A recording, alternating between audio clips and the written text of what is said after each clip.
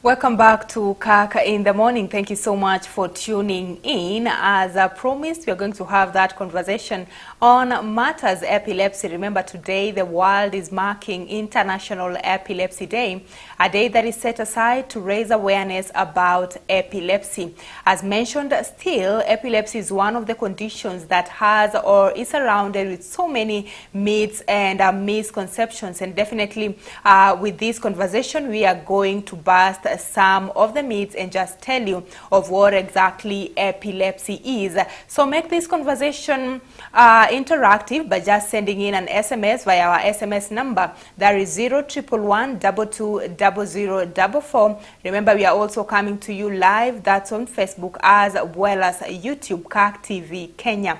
Now on set, I'm being joined by, that is Dr. Tiberi Nyakwana.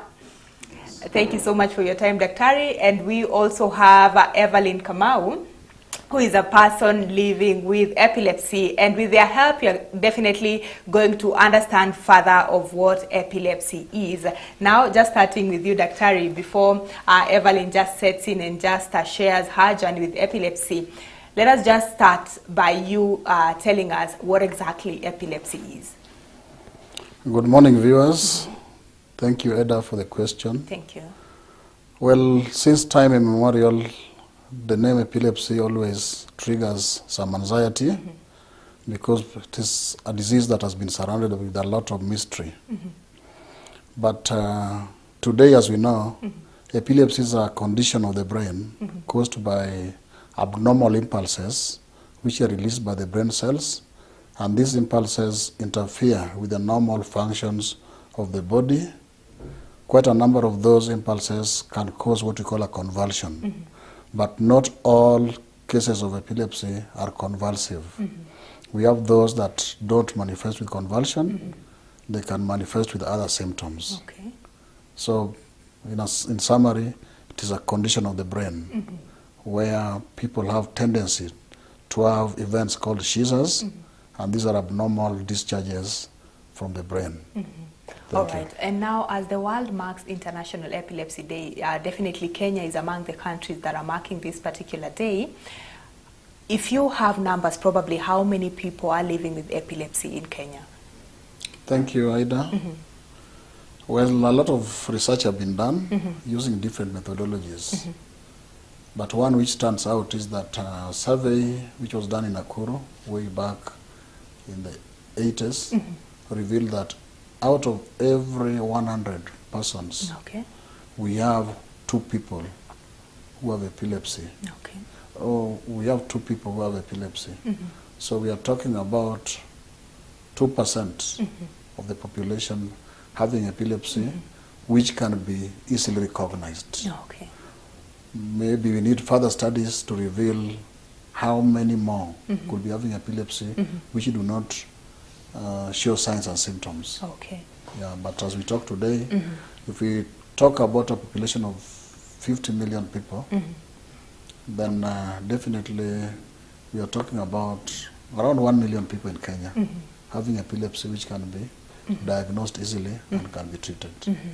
All right, and now as you talk of that, definitely we'll just be looking at the signs of epilepsy as well as the different kinds of epilepsy. Now to you, Eva, I'll just like you to let us know, when were you diagnosed with epilepsy, and probably what did the doctor say was the cause of your epilepsy?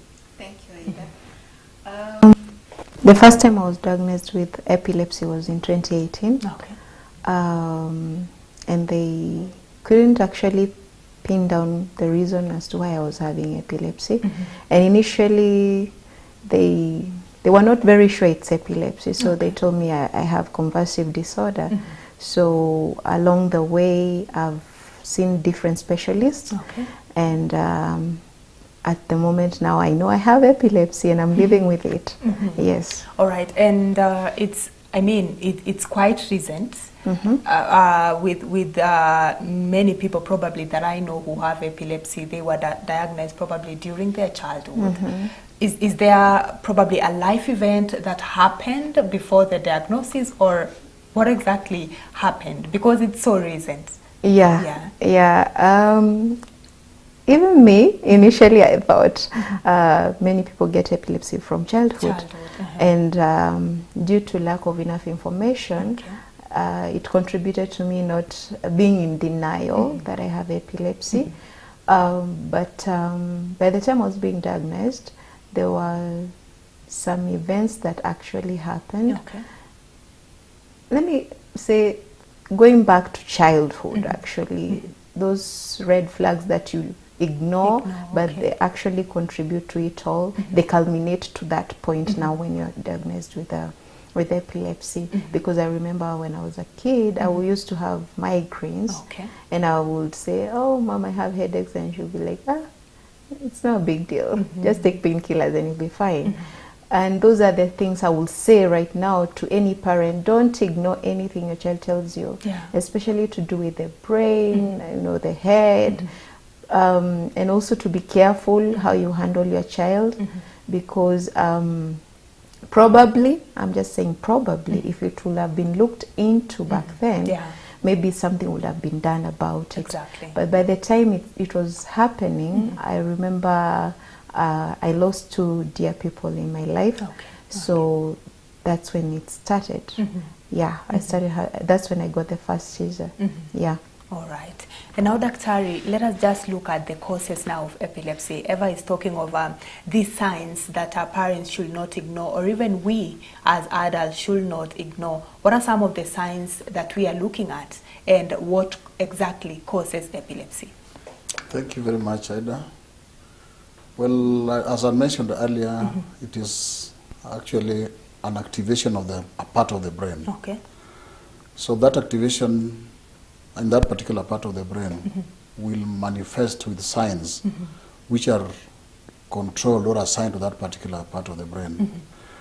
We have the brain mass. We have 3 parts of the brain. We have the upper part, what we call the cortex, then we have the hindbrain and the forebrain. The cortex controls most of the functions that we do.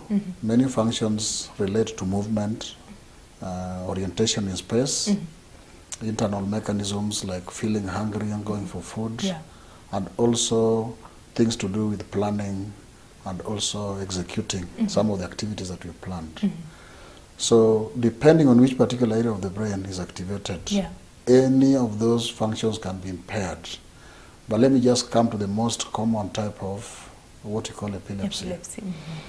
The most common type of epilepsy is what we used to call grand mal. Today we call it generalized tonic-clonic seizure. Generalized means once that activation starts, it affects the entire brain, the two hemispheres, and therefore it compromises on the level of consciousness. So somebody can lose consciousness. In the course of losing that consciousness, they fall down, they can stiffen, they jerk, and eventually, in the course of doing that, they may bite the tongue by accident. Some could squeeze out if there is urine in bladder, and maybe confused with passing urine. Actually, it is not passing urine, but that urine is squeezed out because the muscles are in spasms. Others can even pass stool. So during that jerk, all those events may occur or they may not occur. But what is most important is that the fact that these people fall, and they can fall with a lot of violence and injure themselves. More often than not, a number of these patients may see warning signs. These warning signs can be seen by the observer or the patient himself. If they are seen by the observer, they can take so long, maybe 2 weeks too. The mother may report that the child is not having good sleep, or may be very hyperactive in terms of behavior, or is showing some signs of withdrawal. Those are what we call the prodromal signs. Then just before a seizure occurs, individual patients can witness certain strange experiences. It could be some undefined headache, but others may also feel some sensations in the abdomen. Others may see strange images. Others may also hear strange voices. That's what we call an aura. It tends to recur itself in every patient, but every patient may have his own. Yeah. So by and large, those are some of the signs that a patient may see. When they lose consciousness, they may not be able to explain. So most of the events which occur when the patient is unconscious, it will be explained by the observer. So apart from what I call the generalized tonic-clonic seizure, we also have other types. There is one we call complex partial seizure. This one does not present with total loss of consciousness, but somebody comes with strange behavior, maybe repetitive, what we call automatisms. Yeah. If it is a matter of smacking, what we call lip smacking, they continue that. Others may simply sing or rub their hands, and a very strange behavior, but they are not totally aware. And when they recover, they become very, very remorseful, and some of them become very guilty. During the course of that attack, they may even walk to strange places and even trespass into other people's compounds. They may commit things which may be seen to be criminal, and therefore they can easily fall victim of mob justice. And these things happen, but hardly do we think that it is epilepsy. Maybe the milder types affect children more often, where a child is in class, they simply lose consciousness, they have interruption in the flow of their consciousness, so they just become absent. We call it absences. They stay into space, they hear nothing, they feel nothing, and they also see nothing. And it can happen so many times that the child misses out on some lessons. So some of the signs that you may see is the deterioration in the performance of these children. And there could be there are more other signs. Some people may get an attack and they don't lose consciousness. But if it is a hand which is, the area which controls the hand is activated, you will simply see continuous movement of that hand. And they have no control over it. Those are what we call the partial seizures. And there are more and more types. But I've just mentioned the ones that we encounter more often. Yes. But of course, the one that, as you said, that can be identified by someone else is the one where someone falls and they start probably jerking and having a seizure, as you put it. All right. Now, Eva, to you, you said that you were diagnosed in the year 2018. I want to believe that the diagnosis of any condition, not just epilepsy, is not something easy, especially when you're diagnosed at adulthood. True. How has it been for you, especially when you were told that you have epilepsy? Of course, the initial stage of any diagnosis, especially if it's a disease that you are not expecting, there's denial. You go into denial, and that's what happened to me. I went into denial for some time. Then when it started sinking, I was depressed at some point. I felt this shouldn't be happening to me at this particular time in my life. There was a lot going on, and I was doing very well in my career back then. So I felt like it's like waking up one morning and you don't have an arm, or you've lost an eye. So it was bad for me initially, and then with time, again, it got even harder for me because now it's affecting my family as well, because I had to go back home and my mother had to be my caregiver, my primary caregiver. So it was also hard on her. So generally, it was a life-changing experience for me. And I can say it's only with time, and initially I wasn't having all the information concerning epilepsy. It was only with time that when I met the right people who gave me the right information, I started to see, oh, it's not so bad. It's something that I can manage and live with and, go around my business as a normal person. So until then, it wasn't so good. But after that, I can say now I'm progressing very well and I'm looking at life positively.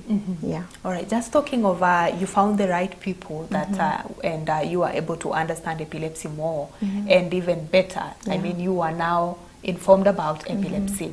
There are so many myths surrounding epilepsy. Yes. And I mean, with the diagnosis of epilepsy, I want to believe now, even your mom, it's something new to everyone around you. True. Would you say you faced stigma, either from your family or just from the community around you? Yes, I did face stigma at my place of work before I had to resign. Of course, some people, I'll put it, they have the wrong concept about epilepsy. Yeah. So some will say, she's that girl who swallows her tongue, she's got that disease that is communicable, you know, because some people think it's communicable, but it's not communicable. Yeah. So I faced that, and then it put me in a place where I felt now I can't even share with other people what I'm going through because I don't know how they are going to respond to that. And then when I got home, also with my mother, because she didn't understand it as well, she felt, oh, there's something we have to hide. We don't tell people that you have epilepsy. So it lowered my self-esteem to some point, and I felt, I'm not that person anymore.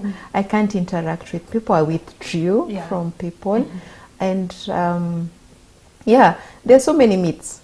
People think that when you touch somebody with epilepsy, you can get epilepsy. Yeah. Some think that with epilepsy, you can, you're not fit to be in the community. Yeah. And people are even afraid of you. They fear to interact with you, or they give you that look like, and others even think you can't work in a normal place like the rest. So there is that. But I can confidently say, as long as you're able, you get the right information, you get the right medication, and you manage the condition, you can live like any other normal person. And we have rights like any other human being. We have the right to life. We have the right even to vote. We have the right to seek for those seats, like, in the government and all that. So a person with epilepsy is any other person, like any other person. It's like somebody with diabetes or pressure. You don't stigmatize somebody with diabetes or pressure, right? So epilepsy is something that you can live with very well. I think the most important bit is for epilepsy to be taken as a medical condition, because some of the stigma and discrimination that surround it, it's because now people start associating it with non-medical things around that. And now, Dr. with the stigma still, I believe with the people thinking that it's communicable, probably you will swallow your tongue when you're having a seizure and things like that. What do we do when someone around us is having a seizure? What are some of the things that we are not supposed to do? Because when you're talking of someone swallowing their tongues, that is someone might actually end up doing the wrong thing to this person that is having a seizure. Thank you, Ada. Probably before I come to that, I could have just mentioned something like what really causes epilepsy. Because Evelyn talks of having developed it 2018, probably at the age of 20 or 30, and thinking that probably it came from nowhere. Let me just mention that the common causes of epilepsy, one of them is infections which can occur to an individual, and this infection affects the brain. Anything that can go inside the skull will affect the brain in a certain way and will leave a scar. That scar may be inactive for a long period of time until there's a trigger at one point, which may make the patient have the first episode, what we call a seizure. So the fact that she had it at that age does not mean that was the beginning. We need to go down the memory lane and take a history of what events could have caused that kind of injury. Apart from infections, children when they are born, some suffer what we call asphyxia, birth asphyxia, where they don't cry in the first 5 minutes or 10 minutes. They can be weak, or even after they are delivered, they could still suffer some infections. But a child who does not do very well in the first 10 minutes in terms of crying and breathing, usually develop as an injury to the brain, and that can manifest later. Apart from that, we have people who develop tumors. The tumors can be malignant, what you call cancers. They may just be tumors which compress on the brain. Yeah. And those ones can manifest later in life. And of course, other diseases which may interfere with electrolytes. But to come to your question now, what do we do when somebody gets an attack? It's a very important question, because it brings us to the point of saying that it's important to know what you should not do. Okay. It is even more important to know what you should not do than knowing what you do. To do. Yeah, Okay. so there are what you call the don'ts and the do's. The don'ts are only four. Yeah. One, never panic. Okay. Yes, when you panic, so don't panic, especially if you are the attendant. Okay. Two, ensure you don't restrain the movement, especially when somebody is having those jerks. Don't try to restrain the movement, Okay. because they will definitely not stop. Okay. It's a message from the brain. Three, never try to give anything to drink, because this person is not conscious. Anything that you give to drink may simply go into the lungs and cause problems. Lastly, never try to stop the person from biting the tongue, what they call biting the tongue. Because in the course of doing that, we put objects into the mouth. Those objects cause injuries to the tissues in the mouth. And worse still, they don't stop the bite. Because the bite starts actually occurs in the first second of the attack, if it has to be there. And is always accidental.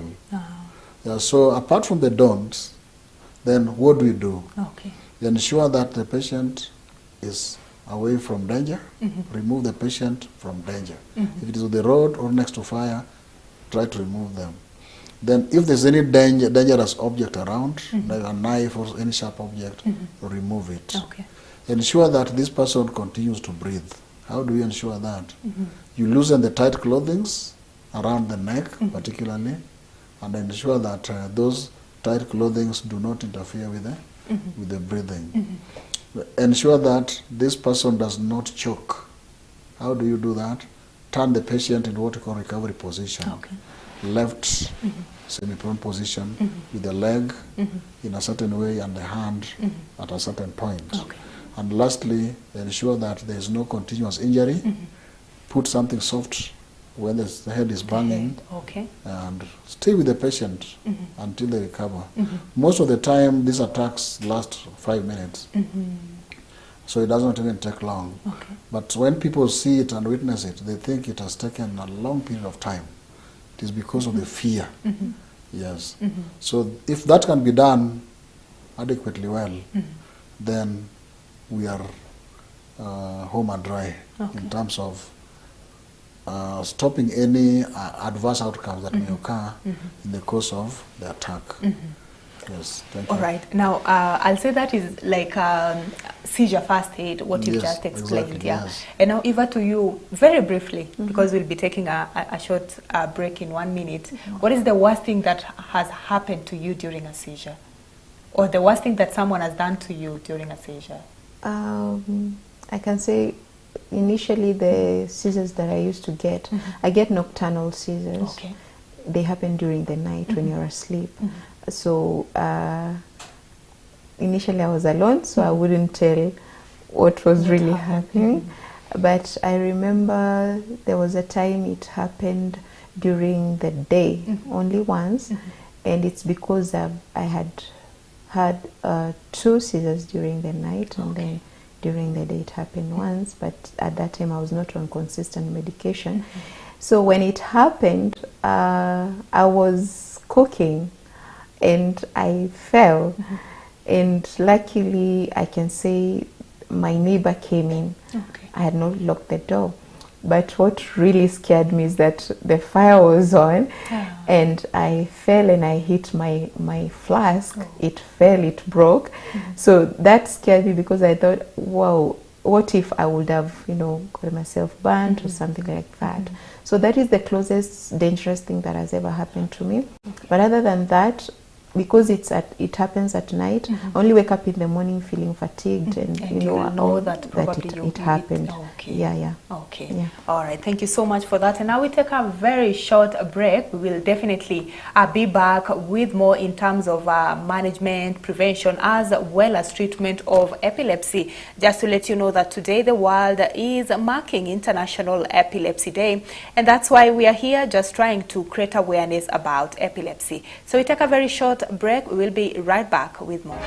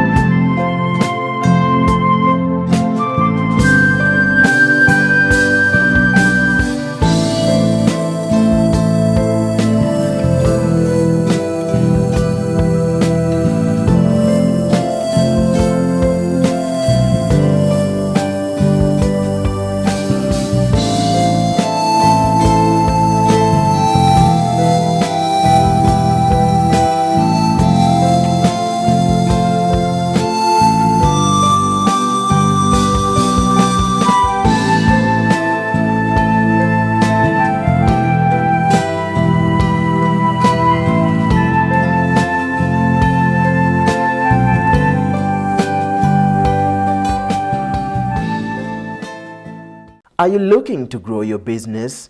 CAC TV offers you a variety of advertising opportunities to suit your budget. Advertise with us today and reach your potential customers countrywide. For more information, email us on sales@cactv.org or call 011 00 90 647. We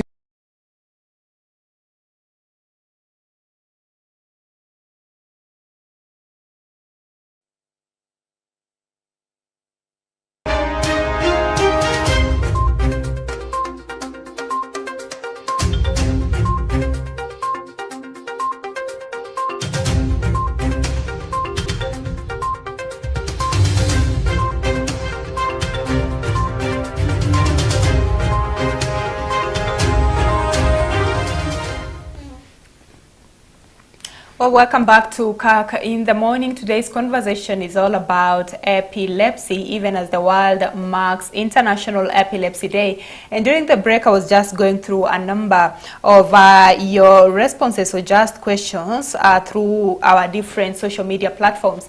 And Daktari, the question, or what people would like to know, I've just summarized them into one. Yes. I think let us just give a summary of what causes epilepsy and the signs. Well, thank you once again. I think I'd gone through that, but let me just summarize. Epilepsy is caused by any injury that can occur to the brain. Okay. This injury can be physical, it can be chemical, it can be electrical. But the most common ones are physical, where we get infections, or violent blow to the head, causing some internal bleeding. We can get tumors, growth within the cranial cavity. We also have changes in the electrolytes in the body, probably too much calcium or low calcium levels. For those who have diabetes mellitus, too high sugars or even lack of it can cause injury to the brain. So in summary, anything that can cause injury to the brain, majority of these occur in childhood, but we also must not lose track of the fact that some of the habits that we undertake, like drinking alcohol, they cause injuries to the brain. And drugs, again. So anything that probably can cause an injury to the brain will result in epilepsy. When it comes to the signs, it depends on which particular part of the brain the injury is, and therefore it will depend on the type. But I just mentioned 3 major types. We have the generalized tonic-clonic seizure, what you used to call the grand mal. This is the one that we know about, the one that makes people fall down. They produce a sound which looks like a cry. They start jerking. Once they're jerking, they can easily bite the tongue. If the tongue happens to be between the teeth, they may squeeze out urine, and sometimes they may sweat a lot and also pass stool. So, but it doesn't follow that all those events must occur. The fact that somebody has not passed urine or stool does not rule out epilepsy. I also want to mention that we have those that occur at night. And we also have those that occur during daytime. There are reasons why they occur during daytime, and there are reasons why they occur at night. But the ones which occur at night, if they happen to occur during daytime, they usually give very clear warning. Because it is a lesion in the brain which starts activation, and therefore that activation starts spreading. In the course of spreading, the patient may experience certain things, and this out of experience they may know that I'm just about to get an attack. And that explains why Eva here may not have sustained any injury. Because the type that she has can easily give a warning, and if it gives a warning, she will take a refuge and may not suffer that time. I must also mention that there are children who get convulsions when the temperatures rise. This may not be epilepsy. We call them febrile convulsions. But if they are not well managed, they can also change to epilepsy later. Thank you. All right, thank you so much for that. And now let us just look at the treatment and management of epilepsy. Eva, you mentioned that let me say your seizures are now under control because of medication. You also mentioned that probably you used to have a recurrent one because you are on and off medications. What is the importance of someone living with epilepsy just to adhere to medication, as well as just some of the triggers of epilepsy? Well, thank you, Aida. I might probably, let me start with the triggers. Triggers differ from one person to the other. So whatever may trigger my seizures may not be the same that triggers another person's seizures. But generally there are triggers like flickering lights. If you take alcohol and you have epilepsy, you're definitely going to trigger a seizure. You know, for some people, coffee or tea can trigger. Also, there are other triggers as well. It depends. People are different. And also lack of enough sleep, stress, and excessive stress. It can be either positive or negative, but in excess. Excessive stress can be a trigger. When you get too excited or you're too stressed, maybe by work and all that, it can trigger. And also hormonal imbalance for the teenagers. You can, especially for teenagers who are diagnosed with epilepsy at the age of that teenage age. They are most probably because the hormones now are trying to balance. So maybe they had the epilepsy since childhood, but now when they're getting into teenagehood, that's when the hormones are now, all over. So it can trigger. It can trigger the seizures in them. So those are the triggers. The other question was the importance of adhering to medication. It is very important to eat healthy, to take your medication. I mean, you want to live healthy, right? So it's for your own good if you adhere to taking medication. But it's very important not to skip the medication, to have the right times to take the medication. Don't miss out. Because the moment you miss, you are at risk of triggering a seizure. So it's very important to take your medication and to eat healthy. So not taking your medication is also one of the triggers. All right. And now, Daktari, once someone has been diagnosed with epilepsy, now on the issues of medication. Of course, there is the myths that surrounding epilepsy, that it's not treatable. Just to set it clear, is epilepsy treatable? Good. Thank you, Ada. To say the least, epilepsy is treatable but not curable. Okay. And there's a confusion between the two. Treatable means you give a medication which suppresses the activation of those parts, therefore limiting the seizures. And if these seizures can be limited or restricted for a long period of time, then the brain learns how to live with them and even avoid them. So somebody who has been subjected to good treatment for a long period of time, the seizures stop. And once they stop, they disappear.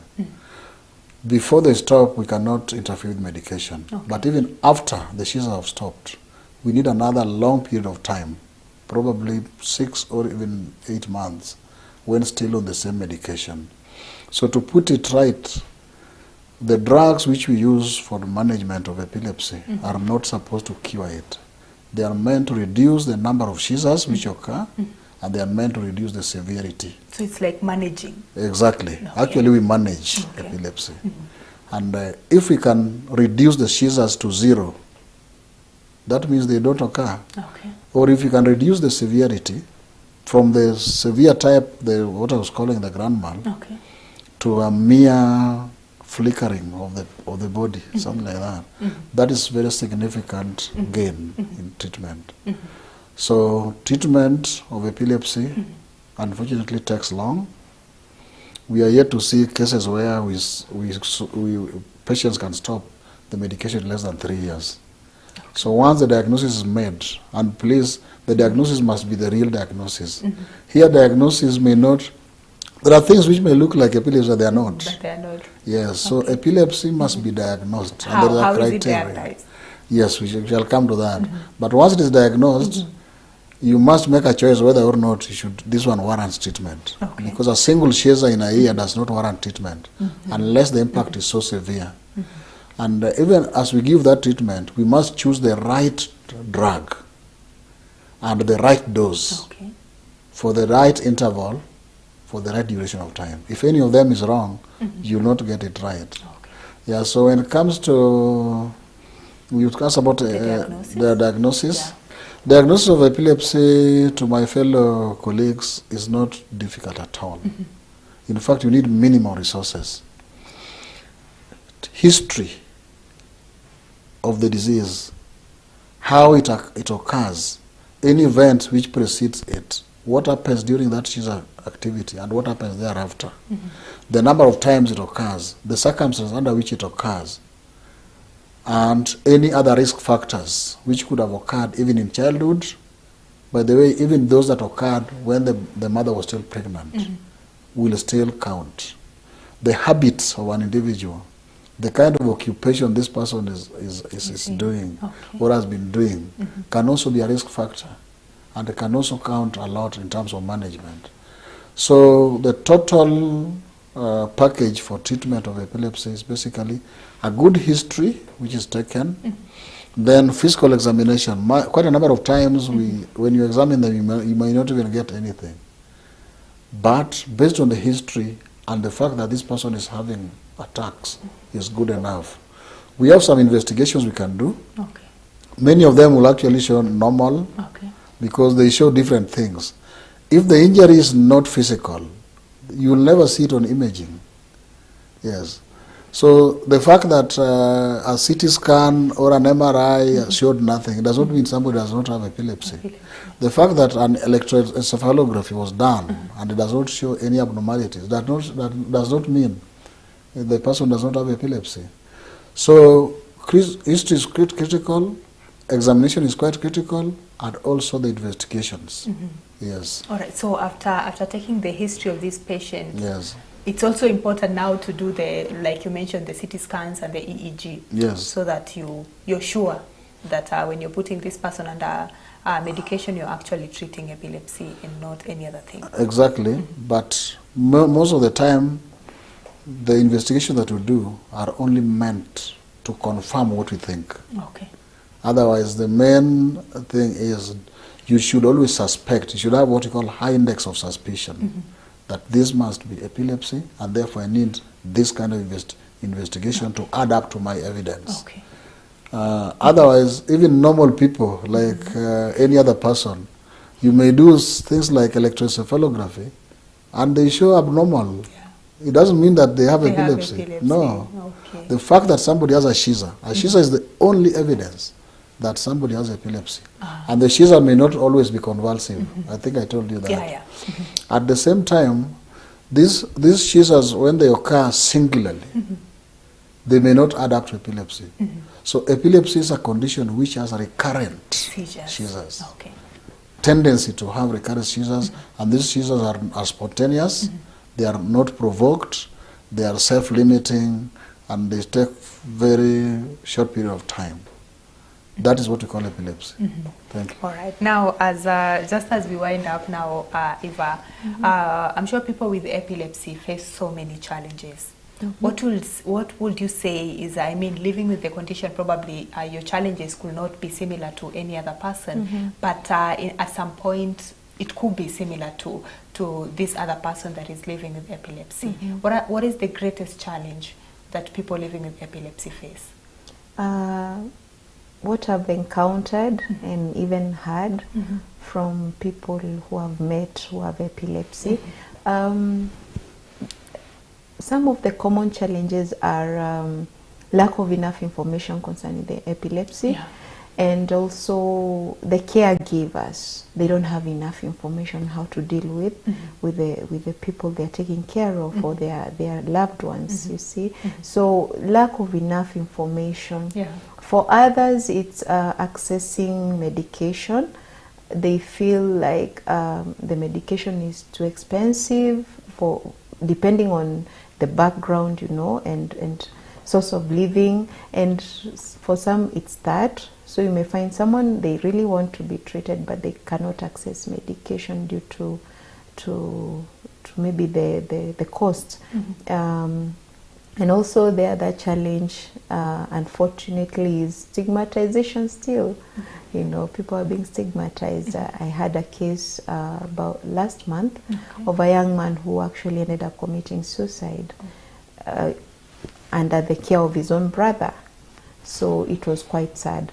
So those are some of the common challenges you find. There's still stigmatization. As much as we are trying to create awareness, you know, there are different organizations that are creating awareness countrywide. We have an organization like Angaza, Pambazuka. You know, they are really trying to create the awareness, but still there's stigmatization at some point. Yeah. All right. And just talking over this, still the stigmatization, however much we continue creating awareness about epilepsy. What exactly can be done? Are we probably, is the awareness being created in the wrong way or the wrong platforms? I can say it's not being done wrongly or in the wrong platforms. Just the people. I think it's just the people. People will always be people. You know, people will always be people, and because of, you know, this is not something that started the other day, like cancer or something. This is something that has been there down history, and people have always had those myths and misconceptions. So taking them from that to the right information, that is also a challenge. You know, you'll find others, because of their religious beliefs, and I don't mean to offend anybody, they think it's something that can be treated through only prayers or spiritual, you know, intercession, and they dismiss, you know, the professional aspect of it, the medication and everything like that. So the awareness is working, because people like me now have the right information. But now the people who are being given the information. So we just need to be patient. But I know eventually people will really understand epilepsy and treat it as it should be treated. Dr. you have something? No, just to follow up on the same. However, I'm glad that you brought it out very clearly, that stigma is a big burden.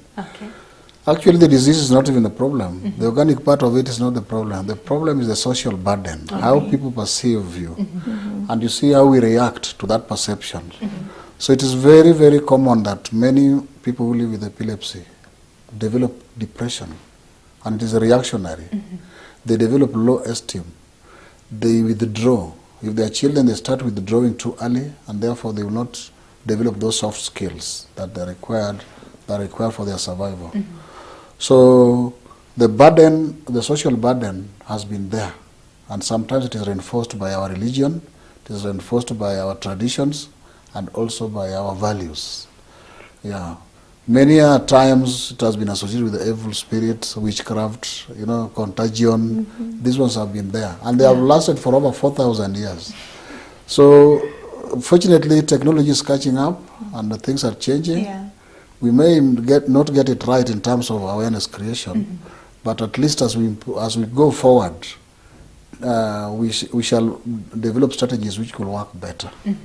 But what we must tell the public is that this disease has nothing to do with witchcraft. It has nothing to do with devil possession.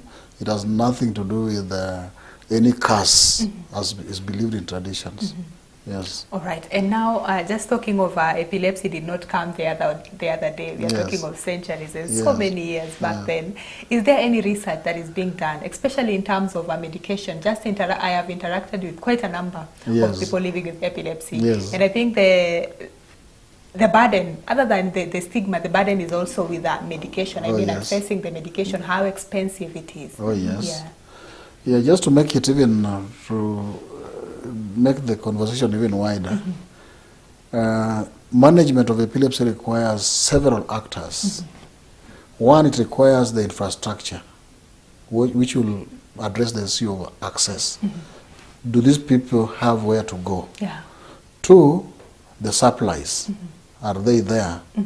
Three, do we positively require that treatment? Because there are people who will go the first day, if it does not get well, then they withdraw for ages. Yeah, so it's much wider than just the supplies. We have quite a number of types of epilepsy. Unfortunately, each one of them has its own medication. There is no universal drug which is going to treat all epilepsies. No. So it starts with the diagnosis. Was the right diagnosis made? And if the right diagnosis was made, was the right choice of drug made? And if that drug was, the right choice was made, is it available? Even if it is available, is it efficacious? Is it quality? How do we maintain its quality? Yes. And then, how is this, what are some of the factors that you look at when you are giving the medication? Let me just tell Evelyn that even if you are on the best medication and you don't take care of the triggers, the disease will still continue. So it's a multifaceted kind of engagement. And that's why the media, like you, are very important in the campaign. What we say must be amplified so that it reaches the right audience, even to the policymakers. So there must be access, there must be availability, and there must be affordability. Because a drug which is not affordable in long term is also a side effect of that drug. Because if you cannot afford it in long term, it means it will not work. These medications are molecules, and I'm glad that the research has continued. The first drug was actually discovered in the 18th century. But since then, we have seen so many molecules. And they come every other day. So these drugs, the research is ongoing. No magic wand yet, no magic bullet. But every drug has its own good effects, and the more they come into the market, the more efficacious they become, and the management of epilepsy is becoming better and better by the day. Thank you. All right, thank you so much, Dr. Now, as we wind up, Eva, as the world marks International Epilepsy Day, I mean, it's your day, it's the day of caregivers, it's the day of people like Dr. who are conducting research. What would you just say to let me say, to the people living with epilepsy and all the stakeholders just in the epilepsy awareness creation? Oh, thank you, Ida. What I will say is, number one, epilepsy is a condition that can be managed, and you can live with it and live healthy. It's not something that should scare you or make you withdraw from the public or feel like you're not you do not belong. Yeah, and with the right medication and taking care of yourself, avoiding the triggers, you'll be fine. You'll be just fine. And for everybody out there, they need to find out more about epilepsy so that they can reduce the social burden, as the doctor has said, on the people who have epilepsy, and treat them as any other human being. Yeah. All right. Dr. to you, a parting shot from you. Parting shots, let us look at people with epilepsy like any other person. In fact, history has taught us a lot, that there are great leaders who had epilepsy. We had great politicians who had epilepsy and great scientists. Why not the current generation? Yeah. So what needs to be done is, if you have any relative whom you suspect could be having epilepsy or some seizure disorder, please bring them to hospital so that they can be diagnosed early and treated early. Anything short of that, the longer somebody takes before they start treatment, is the worse the outcome. Yeah. So the earlier the better. So let us have positive health-seeking behavior. Let us have positive attitude towards these people. Let us avoid stigma. Let us avoid discriminating them at family level, at workplace, and also in the public. When you see somebody having an attack somewhere, please do the right thing. Remember the don'ts. Don't try to restrain them. Don't sit on them. Don't tie them with ropes, and don't put anything into the mouth in the name of stopping them from biting their tongue. Thank you. All right, they're sitting, there are people who sit. All right, thank you so much, Dr. and Eva, for your time, and thank you for sharing that very critical information with our audience this morning. Thank you. All right, thank you as well for tuning in. I hope that you've been able to learn and just be informed about epilepsy. Remember that today the world is marking International Epilepsy Day, and on CAC in the morning, we definitely join the world in creating awareness about epilepsy. Thank you so much for keeping me company from morning until this particular time. To everyone who made this broadcast a success, we are wishing you a blessed Monday.